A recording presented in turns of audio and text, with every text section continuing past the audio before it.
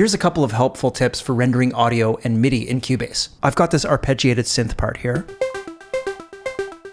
and I've got some delay applied to this, and I'm also using the modulators to control the pan and shape the volume. Now, if I want to convert this MIDI part to audio, and I render this in place, it'll look something like this. And this isn't helpful because you can see here that the render cut off the reverb and delay tail.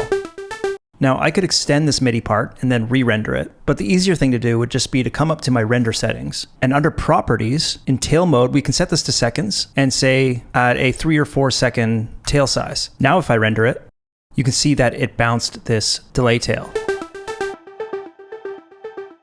And there's also another option. Let's open our render settings up, and under processing, I can choose my first option here, dry. And what this will do is bounce the unprocessed audio, but it'll also copy over all of the processing settings to a new channel. So let's go ahead and render that. So now we have this unprocessed audio, but on this channel, my studio delay and shimmer plugins are copied over, and so are my modulator settings. And I actually prefer bouncing this way because this means I don't have to commit to all of that processing being baked into the audio render, and I still have the flexibility to make changes if I want.